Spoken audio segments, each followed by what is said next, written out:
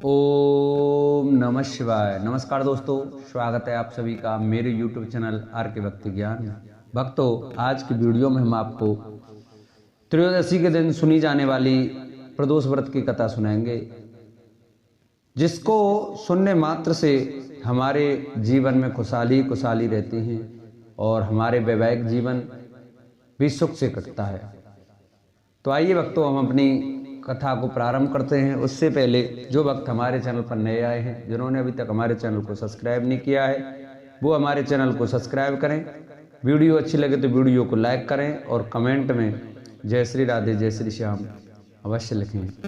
हिंदू धर्म में शनि प्रदोष व्रत का बहुत अधिक महत्व होता है।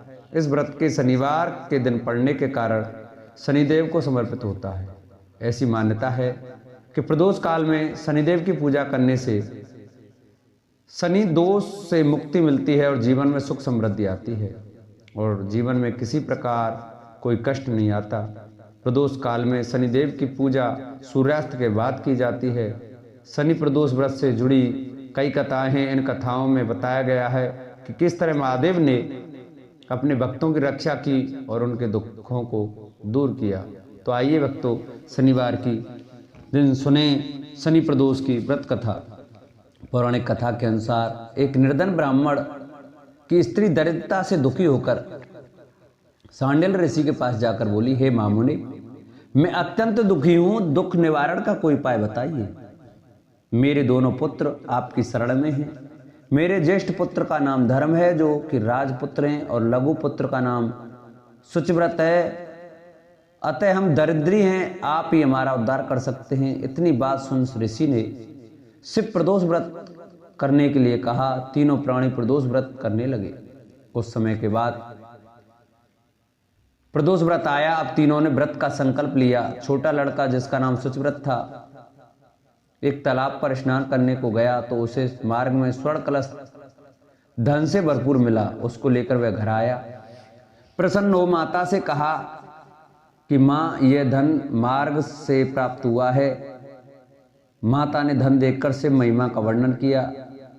राजपुत्र को अपने पास बुलाकर बोली, देखो पुत्र, यह धन हमें शिव जी की कृपा से प्राप्त हुआ है। अतः प्रसाद के रूप में दोनों पुत्र आधा आधा बांट लो। माता का वचन सुनकर राजपुत्र ने शिव पार्वती का ध्यान किया और बोला, पूज्य, यह धन आपके पुत्र का ही है, मैं इसका अधिकारी नहीं हूं। मुझे शंकर भगवान और माता पार्वती जब देंगे तब लूंगा। इतना कहकर वह राजपुत्र शंकर जी की पूजा में लग गया। एक दिन दोनों भाइयों का प्रदेश भ्रमण का विचार हुआ। वहां उन्होंने अनेक गंधर्व कन्याओं को क्रीड़ा करते हुए देखा। उन्हें देख शुचिव्रत ने कहा, भैया, अब हमें इससे आगे नहीं जाना है। इतना कहकर शुचिव्रत उसी स्थान पर बैठ गया। परंतु राजपुत्र अकेला ही स्त्रियों के बीच में जा पहुंचा। वहां एक स्त्री अति सुंदर थी। राजकुमार को देख मोहित हो गई और राजपुत्र के पास पहुंचकर कहने लगी कि हे सखियों, इस वन के समीप जो दूसरा वन है, तुम वहां जाकर देखो, भांति भांति के पुष्प खिले, बड़ा सुहावना समय है, उसकी शोभा देखकर आओ। मैं यहाँ बैठी हूँ, मेरे पैर में बहुत पीड़ा है। ये सुन सब सखियां दूसरे वन में चली गई। वह अकेली सुंदर राजकुमार की ओर देखती रही। इधर राजकुमार भी कामुक दृष्टि से निहारने लगा। युवती बोली, आप कहाँ रहते हैं? वन में कैसे पधारे? किस राजा के पुत्र हैं? क्या नाम है? राजकुमार बोला, मैं विदर्भ नरेश का पुत्र हूँ। आप अपना परिचय दें। युवती बोली, मैं विद्रविक नामक गंधर्व की पुत्री हूँ। मेरा नाम अंशुमति है। मैंने आपकी मन स्थिति को जान लिया है कि आप मुझ पर मोहित हैं। विधाता ने हमारा तुम्हारा संयोग मिलाया है। युवती ने मोतियों का हार राजकुमार के गले में डाल दिया।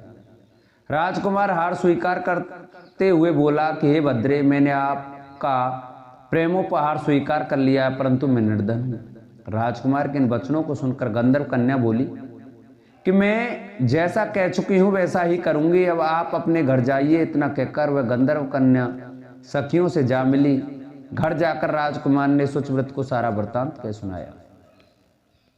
जब तीसरा दिन आया, वह राजपुत्र शुचिव्रत को लेकर उसी वन में जा पहुंचा। वहीं गंधर्व राजकन्या को लेकर आ पहुंचा। इन दोनों राजकुमारों को देख आसन दे कहा कि मैं कैलाश पर गया था, वहाँ शंकर जी ने मुझसे कहा कि धर्मगुप्त नाम का राजपुत्र है जो इस समय राज्य विहीन निर्धन है, मेरा परम भक्त है। हे गंधर्व राज, तुम उसकी सहायता करो। मैं महादेव जी की आज्ञा से इस कन्या को आपके पास लाया हूँ, आप इसका निर्वाह करें, मैं आपकी सहायता कर आपको राजगद्दी पर बिठा दूंगा। इस प्रकार गंधर्व राज ने कन्या का विदित वत विवाह कर दिया।